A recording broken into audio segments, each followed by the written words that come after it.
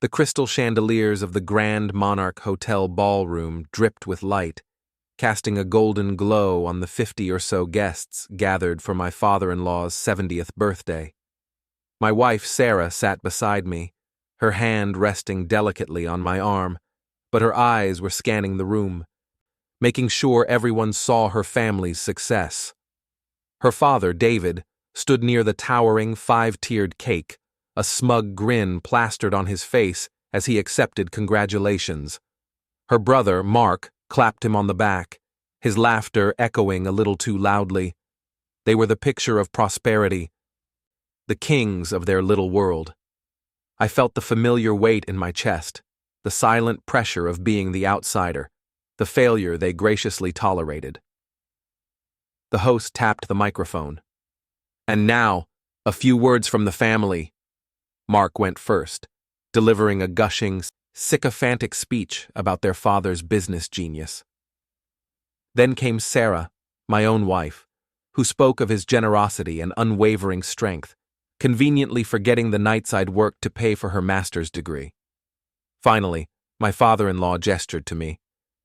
"And now, a word from Kenji, our son-in-law. Come on up, Kenji. Don't be shy." A ripple of condescending chuckles went through the room. They all knew my story, the failed startup, the bankruptcy, the man who had lost it all. I walked to the front, my footsteps silent on the plush carpet. I took the microphone, the metal cool against my palm. I looked out at their smiling, expectant faces. They were waiting for me to praise him, to grovel, to thank them for their scraps of pity. My voice was steady and clear when I spoke. "Thank you, everyone. I don't have a lavish gift like the Rolex that Mark gave you, Dad. My gift is a bit more official." From my jacket pocket, I pulled out a thick, folded sheaf of papers. I held it up for everyone to see. "This is a legal summons. It names my father-in-law, David, my mother-in-law, Helen, and my brother-in-law, Mark, as defendants in a lawsuit for fraud, conspiracy, and the recovery of $1.2 million. The smiles vanished. The room went dead silent, the only sound the faint hum of the air conditioning. They were celebrating a life built on my ruin, and I was here to officially deliver the bill. You might be wondering what kind of man would detonate a bomb like this at a family party. To understand why I chose this moment to serve them justice, you have to go back to the day my business collapsed, the day they all gathered not in a fancy hotel, but in a cramped lawyer's office, laughing as I signed away my future. To understand their laughter, you first have to understand the family I married into. The Winstons were a family built on appearances. My father-in-law, David, owned a mid-sized, moderately successful construction supply company. It wasn't a corporate empire, but he acted like a titan of industry. My mother-in-law, Helen, was the social enforcer, her primary concern being what the neighbors at the country club thought. And then there was Mark, the golden son. Mark had been handed everything: a new car for his 16th birthday, a fully funded college education he barely scraped through, and a vague vice president title at his father's company that involved long lunches and a hefty salary for doing absolutely nothing. I was the opposite. I met Sarah in college, where I was juggling a full course load in software engineering with 2 part-time jobs to pay my tuition. I was hungry. I had dreams. After we got married, I poured every ounce of my energy and savings into creating a tech startup. It was a logistics management software, and it was brilliant. Within 3 years, we were on the verge of a major breakthrough, securing pilot programs with several large shipping companies. All we needed was one final round of funding to scale our operations and hire the necessary staff to meet the demand. This is where my father-in-law stepped in. At a Sunday dinner, with the whole family present, David made his grand offer. "Kenji, my boy," he said, patting my shoulder with a heavy hand. "The banks are vultures. You don't want to give away equity to strangers. Let the family help you. I'll give you the loan you need. No interest for the first 2 years. It's an investment in our future." Sarah's eyes lit up. Mark scoffed into his wine glass, muttering something about it being a waste of money. But I was overwhelmed with gratitude. I saw it as a gesture of acceptance, a sign that I was finally, truly, part of the family. I shook his hand, my heart swelling with a naive sense of belonging. The only condition was that he wanted a temporary, non-voting seat on my company's board and access to our books, just so he could offer his business wisdom and protect his investment. I readily agreed. It was the single biggest mistake of my life, the key I handed him to unlock my own destruction. I was so blinded by the promise of family that I couldn't see the predator hiding behind the friendly smile. With the loan secured and David on my board, things changed. At first, his presence was just an annoyance. He'd sit in on meetings, stroking his chin and offering outdated advice. "You kids and your clouds," he'd chuckle. Back in my day, we kept our records in a filing cabinet, where you could see them. He insisted I use his preferred vendors for office supplies, even though they were twice as expensive. I saw it as the price of his investment, a small tax for family harmony. I told myself he was trying to help in the only way he knew how. Then Mark started showing up. He'd stroll into the office around noon, wearing a suit that cost more than my first car, and critique the brand of coffee we served. He'd walk around, peering over my employees' shoulders, making comments like, "Still playing with your little computer game, Kenji?" He treated my office like his personal clubhouse, a place to kill time between his long lunches. Sarah would just sigh and say, "Oh, that's just Mark. You know how he is." Her excuses for her family were starting to wear thin. The real poison began to seep in when we got close to landing the Global Trans contract. It was the deal of a lifetime, a multi-year, multi-million-dollar agreement that would put us on the map. The negotiations were in their final, delicate stage. One evening, flush with excitement, I made the fatal error of sharing the good news with David and Helen over dinner. I described the terms, the potential revenue, and the timeline. David toasted my success, his eyes gleaming. "This is it, son. You're finally going to make us all proud." A week later, the deal started to fall apart. Global Trans suddenly got cold feet. They raised concerns about our scalability and cash flow, using specific financial language I had only ever shared with David. Our primary contact at the company stopped returning my calls. An unsettling feeling began to creep into the pit of my stomach. I was working around the clock, trying to patch the leaks in a sinking ship, completely blind to the fact that my own family was drilling the holes. When I voiced my suspicions to Sarah, she grew defensive. "You're being paranoid, Kenji. My father would never do that. He's helping us. You're just stressed and looking for someone to blame." She made me feel like I was crazy, isolating me completely. The email from Global Trans arrived on a Tuesday morning. It was short, sterile, and utterly devastating. "After careful consideration, we have decided to pursue a different strategic partnership. We wish you the best in your future endeavors." Just like that, 2 years of work, of sleepless nights and sacrificed weekends, evaporated into a few corporate speak platitudes. The contract was dead. Without it, my company was a ghost ship, fully crewed and stocked for a voyage it could no longer take. The payroll was due in 2 weeks, and our cash reserves were gone, spent in anticipation of the Global Trans money. We were finished. Desperate, I drove to my in-laws' house. I needed to beg David for an extension on the loan, for a lifeline. When I arrived, only Mark was home, lounging on the leather sofa in the living room, scrolling through his phone. He barely looked up. "Dad's at the club," he said, waving a dismissive hand. I was about to leave when I saw his laptop open on the coffee table. The screen was still lit up, an email chain visible. The subject line hit me like a physical blow.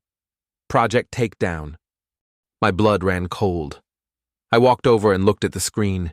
It was an email from Mark to his father. Attached was a document, a distorted version of my business plan filled with falsified numbers and exaggerated risk assessments. The email read, Sent this to our contact at Global Trans. He agrees Kenji's company is too unstable, they're pulling out. Mission accomplished. My world tilted on its axis. It wasn't just sabotage. It was a premeditated, calculated execution. They had a name for it. Project Takedown. What is this? I said, my voice barely a whisper. Mark looked up, a slow, arrogant smirk spreading across his face. He wasn't even ashamed. He was proud. Oh, that? Just tying up loose ends. You didn't really think Dad was going to let his little son-in-law become a tech millionaire, did you? It would have been embarrassing for me. Just then, Sarah walked in, carrying shopping bags. She saw the look on my face, the open laptop, Mark's smug expression. "What's going on?" she asked. I couldn't speak. I just pointed at the screen. She read it, her face paling. For a fleeting second, I saw a flicker of horror in her eyes. But then she looked at her brother, then back at me, and her expression hardened. "Kenji," she said, her voice trembling slightly. "Why were you looking at Mark's private emails? You're always so dramatic. You're probably misunderstanding."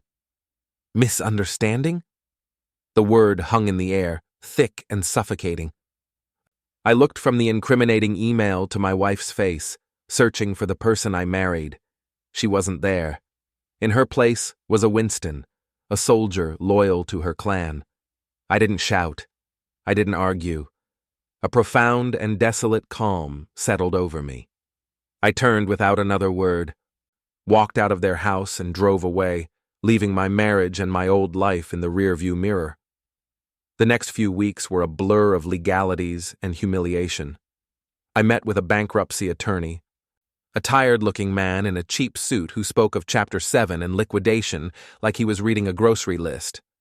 I had to let my employees go, looking into the eyes of people who had believed in me and telling them it was all over. The final meeting was in a sterile, beige conference room at the attorney's office. I was there to sign the final papers, officially dissolving my company and my financial existence. My lawyer had told me only I needed to be present, but of course, they all showed up. David, my primary creditor, sat opposite me at the polished table, flanked by Helen and Mark. They came to watch the final kill. Sarah stood behind them, a silent statue of betrayal. She wouldn't meet my eyes. My attorney slid the stack of documents toward me. "Sign here, Mr. Ishida," he said softly. My hand trembled slightly as I picked up the pen. Each signature felt like a piece of my soul being carved away. As I signed the last page, the one that transferred ownership of my company's remaining intellectual property to David to partially satisfy the loan, I heard it. It started as a low chuckle from Mark, a snort of derision. Then, David let out a sigh of deep, theatrical satisfaction. He leaned over and whispered something to Helen, who smiled a tight, triumphant smile. They weren't trying to hide it. They were performing their victory for me, rubbing my face in the ashes of my dreams. They were laughing, not loud, boisterous laughter, but the quiet, cruel laughter of absolute power, of contempt. I looked up from the papers and met David's gaze. He held it, his eyes cold and victorious. In that moment, something inside me shifted. The pain, the humiliation, the grief, it all burned away, and what was left was as hard and clear as diamond. They thought this was the end. They thought they had won. As I watched them basking in my destruction, I made a silent promise to myself. This wasn't an ending. It was a beginning. They had taken everything from me, but they had given me one thing in return, a purpose. After the bankruptcy, I was a ghost. I moved into a cramped one-room apartment above a laundromat that always smelled of bleach and damp regret. The divorce papers from Sarah arrived via a courier. She didn't even have the courage to face me. I took a job as a night shift data entry clerk for a soulless corporation. The work was mind-numbing, but it paid the rent, and, more importantly, it was anonymous.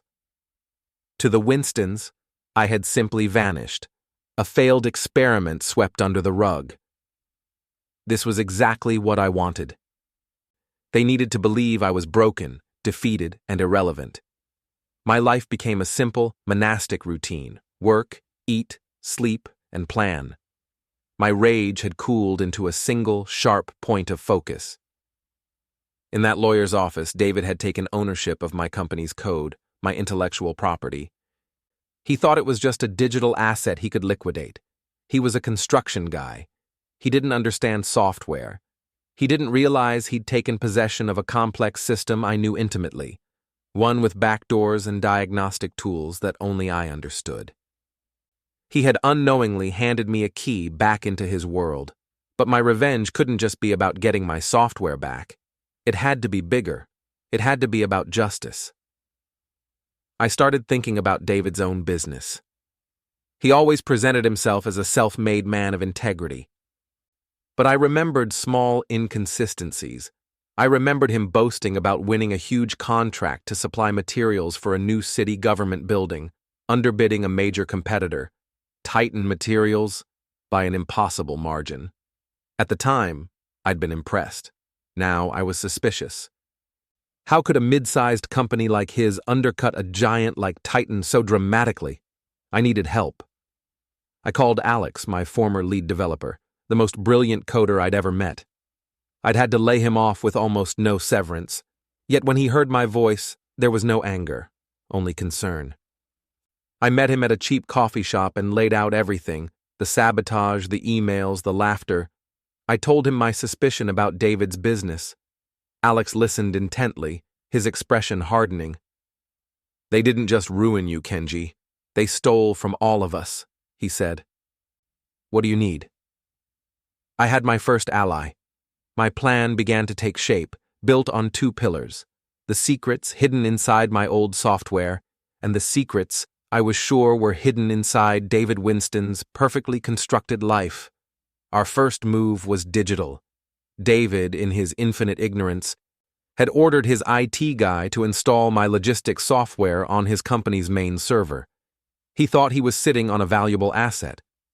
In reality, he had installed a listening device directly into the heart of his own operation. Late at night, from my dingy apartment, Alex and I used the secure maintenance backdoor I had coded into the system years ago. We were in. The Winston construction supply server unfolded before us like a digital map of David's crimes. At first, it was a mountain of mundane data: payroll records, client lists, email archives. But we knew what we were looking for. We focused on the city government building contract. Alex, with his forensic skill, began to cross-reference purchase orders with shipping manifests.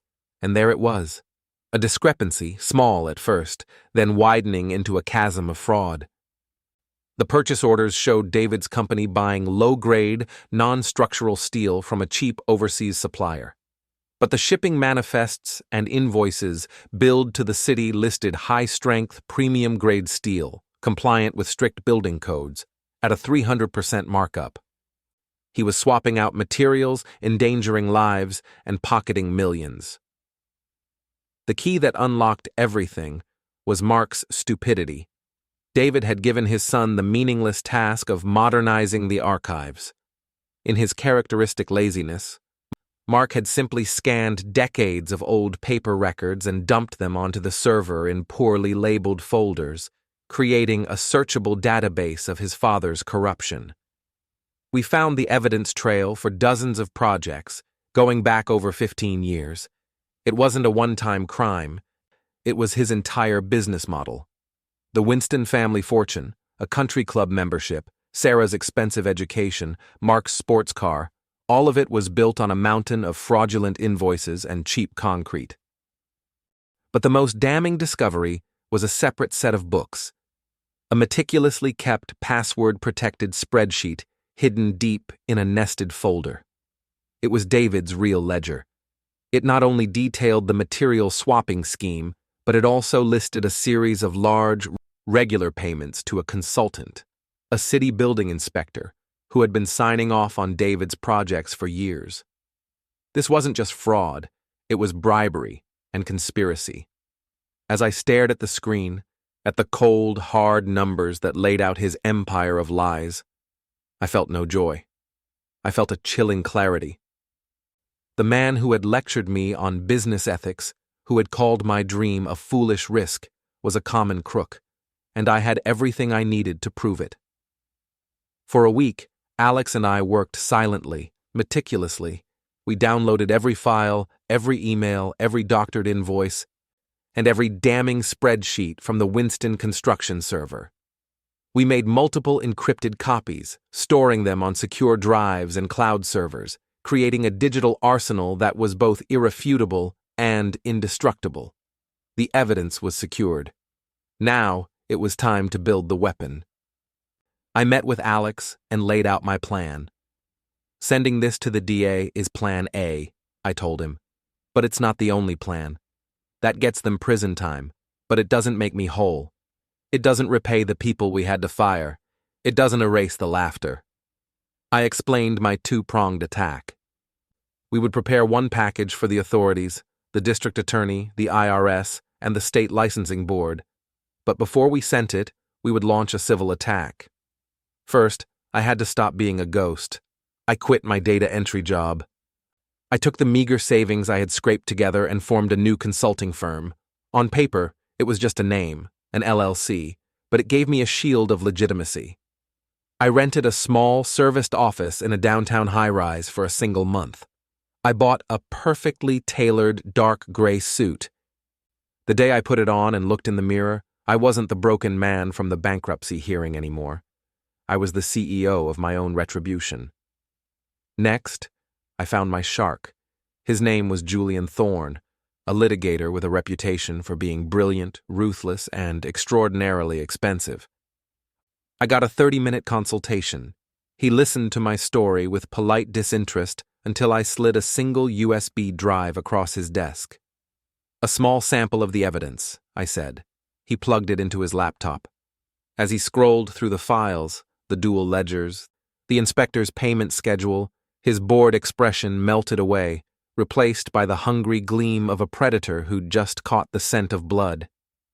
"Mr. Ishida," he said, a slow smile spreading across his face. "They didn't just defraud you. With evidence of systemic racketeering this clean, we can invalidate every major contract David Winston has signed for the last decade. We can trigger audits, clawbacks, and lawsuits that will not only bankrupt him, but salt the earth where his company once stood. I'll take this case on contingency. My fee will be a percentage of everything we recover. I had my weapon, and I had my shark. All I needed was the perfect moment to strike." A few days later, an invitation arrived in my mailbox, forwarded from my old address. A lavish, gold-embossed card. "You are cordially invited to celebrate the 70th birthday of David Winston." The universe had just handed me my stage. I RSVP'd yes to the invitation. When the night of the party arrived, I walked into the Grand Monarch Hotel ballroom, a place I had once entered with hopeful anxiety. Now, I felt nothing but a cold, hard sense of purpose.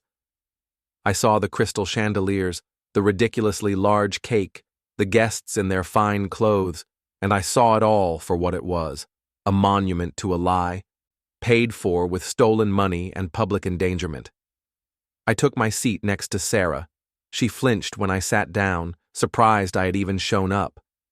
"Kenji, what are you doing here?" she whispered, her eyes pleading. "Please don't make a scene." I just gave her a calm, empty smile. I wouldn't miss this for the world. The speeches came and went, Mark's bootlicking praise, Sarah's carefully constructed ode to her father's integrity. Then came my turn. As I walked to the front of the room, I could feel their condescending pity. The bankrupt son-in-law, here to sing for his supper. I took the microphone, the weight of it familiar in my hand. "My gift is a bit more official," I said, my voice cutting through the polite chatter. I pulled the thick envelope from my jacket. "This is a legal summons." The silence that fell was absolute. It was heavier and more profound than I had even imagined. David's jovial, ruddy face went slack, the color draining from it as if a plug had been pulled. Mark's sneer froze and then shattered into pure, slack-jawed panic. He knew. Helen let out a tiny, strangled gasp, her hand flying to her pearls as she glanced around at her friends, her face a mask of social horror. The party, her perfect party, was ruined. David found his voice first, a sputtering rage. "What is this? What is the meaning of this?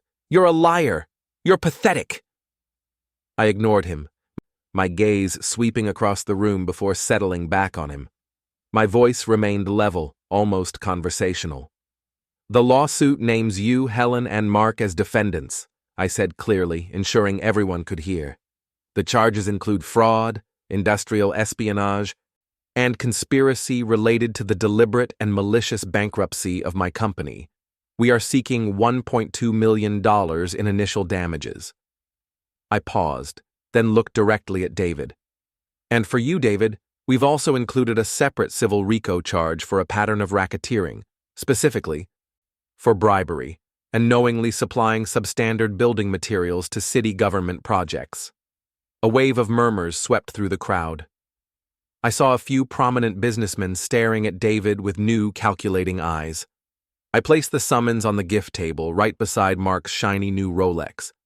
I turned to my wife, Sarah, whose face was a pale, tear-streaked canvas of disbelief. "You chose them," I said softly, "for her alone." Then, I walked towards the exit, leaving the smoldering ruins of their reputation behind me. The fallout was immediate and spectacular. By the next morning, the story of my little speech was the only gossip that mattered in the Winston social circle. Alex had made a few anonymous calls to some carefully chosen journalists, and a small but damaging article appeared online, headlined, "Winston Construction Sued for Racketeering Amidst Lavish Birthday Gala." The phones at the Winston residence went silent. Business partners suddenly became unavailable. The foundation of their world, built on reputation and appearances, had cracked. Of course, David came out swinging. He hired a team of silver-haired lawyers from the city's most expensive firm. They filed motions to dismiss, publicly calling my lawsuit a frivolous and vindictive fantasy. They tried to drown us in paperwork, a classic tactic to bleed a smaller opponent dry. They assumed I was still the broke, powerless man from the bankruptcy hearing. They had no idea I was backed by Julian Thorne. Our first face-to-face meeting was for a pre-trial deposition a few weeks later. The Winstons and their legal team sat across a long mahogany table, radiating smug confidence. David stared at me, his eyes filled with pure hatred. "You'll regret this, Kenji," he hissed before the lawyers started. "I will burn every last dollar I have to see you homeless." His lead attorney, a man named Peters, gave a pompous speech about my failed business, my personal bankruptcy, and my supposed vendetta. He concluded by saying they would not only win, but would countersue me for defamation and malicious prosecution. When he finished, my lawyer Thorne simply smiled. He opened his briefcase and took out a single sheet of paper, sliding it across the table. "Before you file that countersuit, Mr. Peters, you might want to look at this." It was a printout from David's secret ledger, a single-line item showing a $50,000 payment to the city building inspector. Thorne let them absorb it. "That," he said, his voice like ice, "is a sample. We have the complete, unredacted records for the last 15 years. An associate of mine is currently sitting in a coffee shop across the street from the district attorney's office. All it takes is one phone call from me, and he walks in and hands over the entire package: bribery, tax evasion, wire fraud. I imagine the sentences for that are quite severe." The color drained from Peter's face. He looked at David, whose jaw was hanging open. The smugness was gone, replaced by raw animal fear. They asked for a recess. 20 minutes later, they came back, a completely defeated party. "My client," Peter stammered, "is prepared to offer a settlement. He will repay your client's original business loan in full." Thorne actually laughed, a short, sharp, brutal sound. "That's not a settlement. That's an insult," he said. "Here is our demand. Full repayment of the $1.2 million I proved your client stole, an additional $5 million in punitive damages, and ownership of Winston Construction, transferred to my client free and clear of all debts. You have 1 hour to accept, or my associate starts walking." The hour that followed was the most excruciating of their lives and the most vindicating of mine.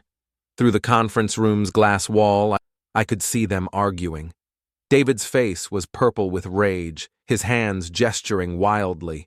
Mark looked like a terrified child pleading with his father.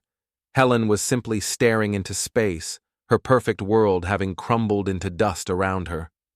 Sarah sat apart from them, her face buried in her hands. They were trapped in a cage of their own making, and I held the only key. With less than 10 minutes to spare, their lawyer, Mr. Peters, entered our room. He looked exhausted and defeated. "My clients accept your terms," he said, his voice a dry rasp. The signing of the settlement was a quiet, solemn affair. It was a perfect, dark mirror of my bankruptcy hearing. This time, it was David's hand that trembled as he signed away his company, his fortune, and his legacy. Mark sat beside him, weeping silently. I watched them, my expression unreadable, my heart steady. When David signed the final page, transferring ownership of his entire fraudulent empire to me, he refused to look up. The laughter had finally died. The aftermath was swift and total. The settlement stripped them of everything. The mansion was sold to cover the punitive damages. The country club membership was revoked.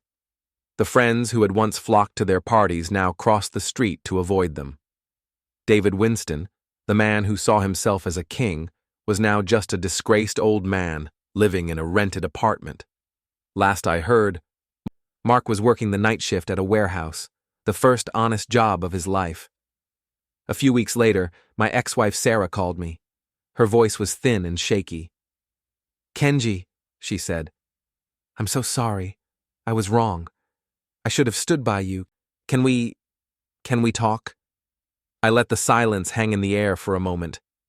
"There's nothing to talk about, Sarah," I said, my voice calm and final. "You stood in your father's house and chose to defend his lies over your husband's truth. You made your choice. Goodbye." I ended the call before she could reply and blocked her number. My first act as the new owner was to rename the company Apex Construction. My second was to appoint Alex as my chief operating officer.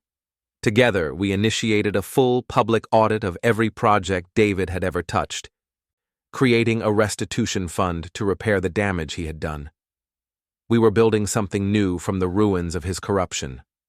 Standing in my new office, the one that had once been his, looking out over the city, I felt a profound sense of peace. The revenge was over. Justice had been served. My new life had just begun,